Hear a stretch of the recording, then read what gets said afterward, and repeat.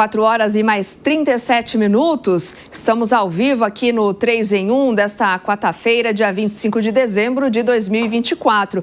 Vamos inaugurar aqui a nossa janela de análises com um dos principais assuntos em destaque do noticiário aqui do nosso país, começando, portanto, com a decisão do ministro Alexandre de Moraes, que não aliviou Alan Gani para Daniel Silveira, né?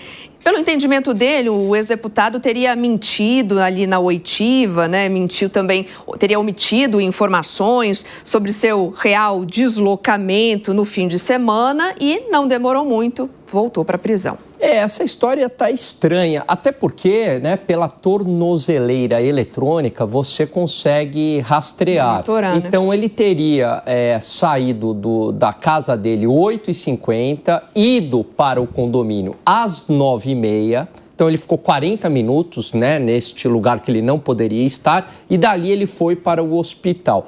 No hospital, ele ficou, se eu não me engano, até 00h40, depois ele sai e volta novamente para este condomínio, onde ele fica por mais de 1 hora, né? Ficou mais ou menos 1 hora. Então, no total, tanto na ida quanto na volta, em torno ali de 1 hora. E ele não quis falar o motivo pelo qual que ele esteve neste condomínio. E é isso que gerou toda uma suspeição por parte do Alexandre de Moraes, do ministro Alexandre de Moraes, que acabou revogando, né? E aí colocando ele de novo na prisão. Agora, de qualquer modo, eu vejo que a prisão do Daniel Silveira, por mais... Eu discordo absolutamente de tudo que ele falou, mas eu acho que assim, é uma pena que foi exagerada, dado que ele acabou dando uma opinião muito ruim, é verdade, mas foi uma opinião ruim que a imunidade parlamentar confere isso ao deputado.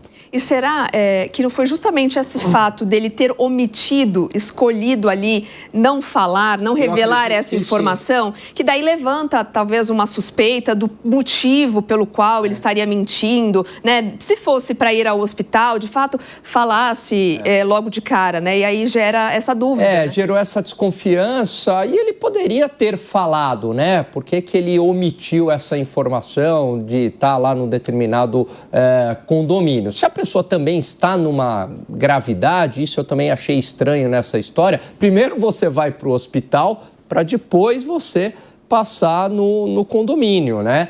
Então, por que que ele foi no condomínio, depois foi ao hospital, depois volta para o condomínio? Porque isso é uma informação verificável, que foi verificável, né, pela tornozeleira eletrônica. Agora, a defesa, né, Zaga, diz que é uma medida desproporcional, arbitrária, ilegal, irracional, porque se trata de uma questão de saúde, né, até porque ele foi ao hospital, porque estava se sentindo mal ali de madrugada e ficou sem tempo de avisar, de dar esse aviso prévio.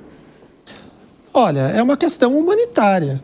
Eu concordo com o que o Alan está dizendo acerca da imunidade parlamentar, só que não vem nem mais ao caso agora, porque Inês é morta. Ele já foi condenado, já transitou, já está cumprindo pena e ele batalhou durante todo esse período para conseguir ter ser um bom cumpridor da sua pena dentro do regime fechado. Depois ele conseguiu avançar para o regime semiaberto. Ele já estava conseguindo realizar, inclusive, algumas atividades até dentro do agro. É evidente que ele não iria não ter essa cautela. Está de forma muito clara que ele, sim, teve dores, ele teve essa crise e ele precisou se deslocar ao hospital. Inclusive, isso está comprovado. Eu volto a dizer aqui, ele não foi para uma festa, ele não foi para balada, ele não quis afrontar o Poder Judiciário, ele se deslocou de onde estava, de seu domicílio, onde cumpria, sim, a sua liberdade condicional, atendendo todas as condicionantes da própria decisão do Poder Judiciário.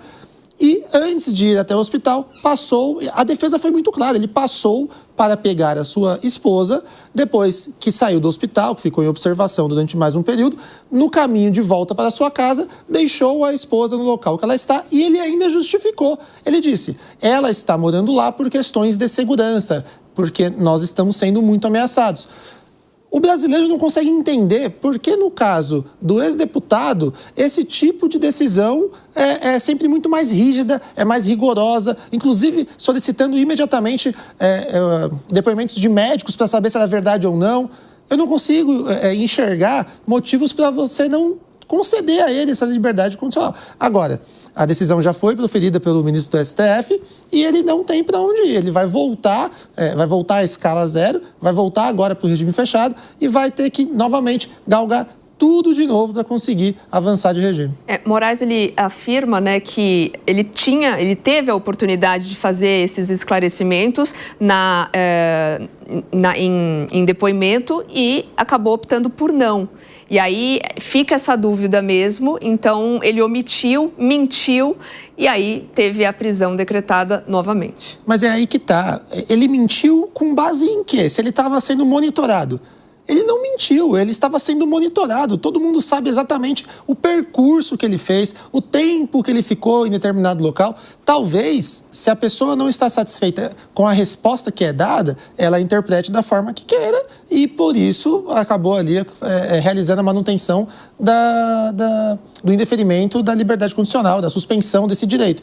Mas eu não consigo enxergar onde ele mentiu. Ele disse onde foi, ele comprova onde foi, ele inclusive justificou o motivo pelo qual ele passou no condomínio, tanto na ida quanto na volta, e são elementos completamente plausíveis. Agora, se a gente estivesse discutindo aqui que ele estivesse sendo um risco para a sociedade brasileira, se ele estivesse causando algum tipo de prejuízo, se ele tivesse descumprido apenas por uma afronta ao Poder Judiciário, mas pelo menos com o que a gente tem de informação com base na própria Justiça que concedeu, não existem nada desses elementos. Portanto, não consigo entender justificativa no mundo que interprete de forma contrária ao alegado na defesa. Agora, Zé, como que você tem enxergado esse rigor nas decisões do ministro Alexandre de Moraes? E aproveitando o que o Zaga pontuou aqui, Daniel Silveira oferece de fato esse risco, né? Haveria de ter uma preocupação dele estar tramando algum tipo de situação para usar uma desculpa como um álibi, né? Como foi a justificativa do ministro Alexandre de Moraes? Pois é, olha, esse rigor aí no caso do ex-deputado Daniel Silveira, ele é verificado quando o condenado é pelo Supremo. Surpreendentemente, isso eu aprendi lá atrás, foi uma surpresa para mim, no julgamento do Mensalão. A VEP, ou seja, a Vara de Execuções Penais de condenados pelo Supremo, é o próprio Supremo. Então, o relator de um processo assim condena um réu e fica com ele condenado o resto da pena. E isso é estranho no mundo jurídico. Quem condena não cuida lá na prisão. Quem prende não julga. Esta é a lógica do mundo jurídico.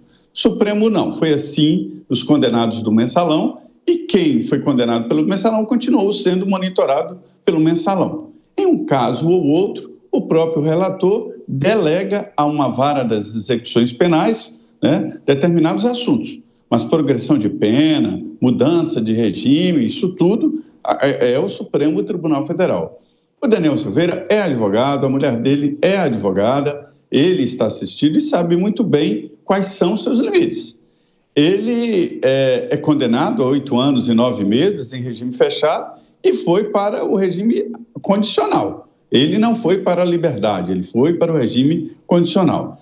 Toda essa história é meio complicada e meio muito complexa. Primeiro, ele desafiou o Supremo Tribunal Federal, desafiou os ministros do Supremo Tribunal Federal, que empreenderam uma disputa contra um congressista em pleno exercício, e esse congressista não recebeu o apoio dos colegas, né? Os deputados tinham que defender as prerrogativas naquela época, né? No primeiro momento, quando ele foi preso, dizendo, olha, não, ele tem as suas prerrogativas, como agora o Van Hatten está recebendo um apoio explícito do presidente da Câmara e dos colegas parlamentares, que é um caso muito parecido. É uma disputa com a Polícia Federal sobre palavras ditas no plenário da Câmara, no que há de mais simbólico do Poder Legislativo, que é a tribuna do plenário principal da Câmara dos Deputados. Então, o debate aí seria lá no início este.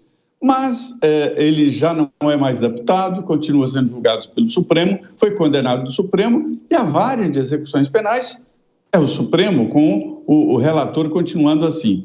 Nesse caso específico, ele sabia muito bem que estava sendo monitorado e sabia muito bem que outros que estão usando tornozeleira eletrônica andam por aí à vontade, dizem, olha, a bateria acabou e eu não pude carregar. No caso dele, não. Ele sabe que está sendo monitorado por esse poder especial, né? Nenhum outro caso é assim e todos estranham, não é só nós que estranhamos isso, mas todos assim. Eu também gostaria que todo preso, né, em saidinha, todo preso em condicional, fosse monitorado assim em defesa da sociedade. Ô Zé, só para arrematar esse assunto e a gente avançar aqui nas nossas análises, esse rigor agora da decisão, né, relacionada a Daniel Silveira, pode ditar o tom também de como o Alexandre de Moraes vai se comportar em outros julgamentos daqui para frente? Sim, é um rigor absoluto e, insisto, não é só no julgamento e na condenação, mas na execução da pena. O Supremo, eu tenho insistido isso, continua cuidando do preso. O Supremo é a VEP, porque normalmente quem condena passa o desempenho, o cumprimento da sentença para a vara de execuções penais. No caso do Supremo, não. O Supremo mantém e deve manter esse rigor em todos os condenados até agora pelos atos do dia 8.